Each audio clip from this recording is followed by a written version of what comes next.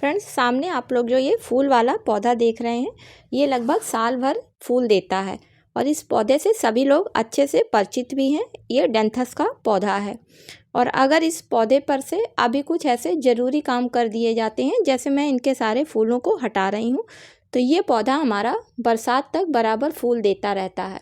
बस गर्मियों में इसको सेमी शेड एरिया में रखना पड़ता है क्योंकि टेम्परेचर काफ़ी ज़्यादा होता है और ये सर्दी वाला पौधा होता है।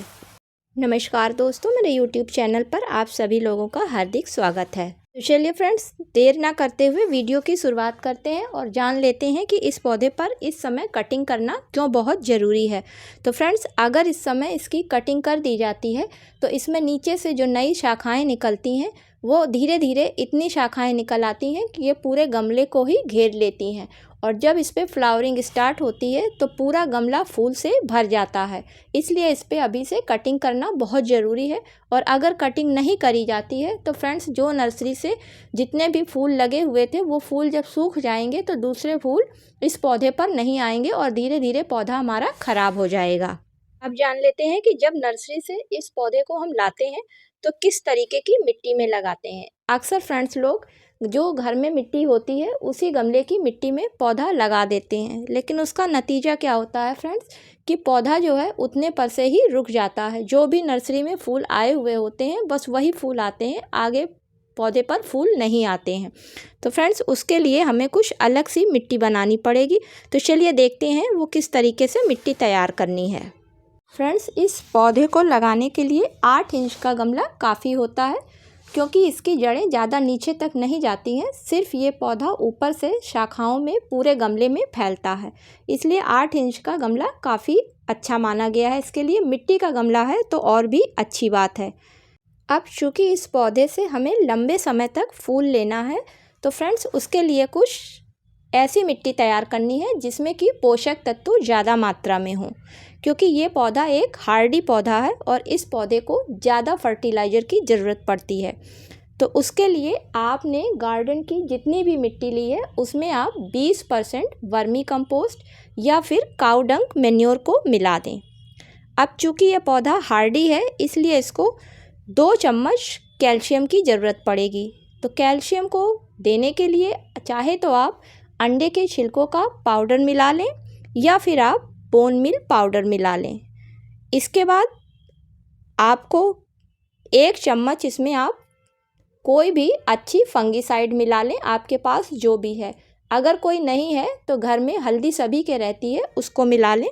इसकी वजह से बरसात के टाइम में पौधे में किसी तरीके की जड़ पर फंगस नहीं आएगी। फंगीसाइड मिलाने के बाद लगभग 4 चम्मच के करीब इसमें नीम की खली का पाउडर मिला लें।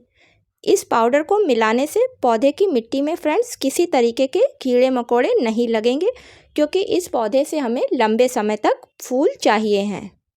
अब आपके पास अगर लीफ कंपोस्ट है तो उसको डाल लें या फिर आप सीवीड ग्रेन्यूल्स के आधा चम्मच दाने इसमें डाल के अब पूरी मिट्टी को अच्छी तरीके से मिला लें। फ्रेंड्स, सीवीड ग्रेन्यूल्स के दानों में मैग्नीशियम, कॉपर, मैग्नीज, जिंक के अलावा बहुत से ऐसे माइक्रोन्यूट्रिएंट्स पाए जाते हैं जो कि पौधे को मजबूती देने के साथ साथ फ्लावरिंग लाने का भी जल्दी काम करते हैं। सभी चीज़ों को अच्छी तरीके से मिला लें। तो इस तरीके से इस पौधे के लिए अब आपकी मिट्टी तैयार हो गई है और अब ज़रूरत है आपको कि इसको गमले में भरना है। तो फ्रेंड्स, गमला या ग्रो बैग जो भी आप ले रहे हैं उसको सबसे पहले उसका ड्रेनेज होल चेक कर लें। ड्रेनेज होल खुला होना बहुत ज़रूरी है, क्योंकि अगर ऐसा नहीं होएगा तो एक्स्ट्रा पानी बाहर नहीं निकल पाएगा और पौधे की जड़ों को ऑक्सीजन भी पूरी तरीके से नहीं मिल पाएगी, जिसकी वजह से पौधे की जड़ें ख़राब हो जाएंगी और जब जड़ें ख़राब होएंगी तो पौधा अपने आप ही मर जाएगा। तो फ्रेंड्स, ड्रेनेज होल चेक करने के बाद उस को कवर करने के लिए कोई गिट्टी की मदद लीजिए या फिर आप किसी कपड़े को उस पर बिछा दीजिए और बिछाने के बाद अब आप इसमें जो तैयार मिट्टी है उसको अपनी भर सकते हैं।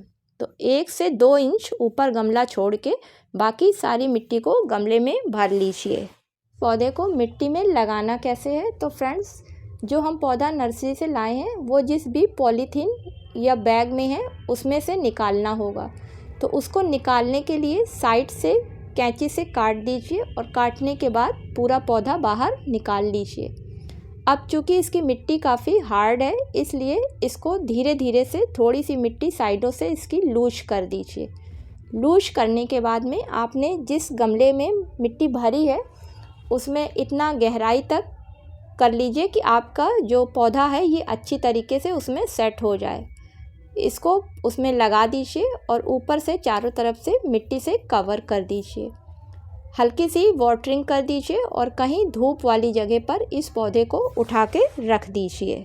आप देखेंगे कि 7 से 8 दिन बाद ही आपने जो कटिंग वाला पौधा इसमें लगाया है उसमें नीचे से ढेरों ब्रांचें निकलने लगेंगी और फ्रेंड्स धीरे धीरे वो ब्रांचें फैलने लगेंगी और पूरे गमले में फैल जाएंगी और जैसे ही समय आएगा उन पे कलियां आने लगेंगी और कलियां फूल में कन्वर्ट होने लगेंगी। ये थी फ्रेंड्स डेंथस के पौधे पर कुछ ऐसी केयर टिप्स जिनको कि अगर आप इस तरीके से कर देते हैं तो आपके पौधे पर इतने फूल आएंगे कि देखने में ऐसा लगेगा जैसे कि प्लास्टिक के फूल खिले हुए हैं। तो फ्रेंड्स कैसा लगा आज का वीडियो? अगर पसंद आया हो तो इसे ज़्यादा से ज़्यादा लाइक और शेयर करिएगा और अगर चैनल पर पहली बार विजिट कर रहे हैं और अगर वीडियो पसंद आया हो तो मेरे चैनल को सब्सक्राइब भी करिएगा।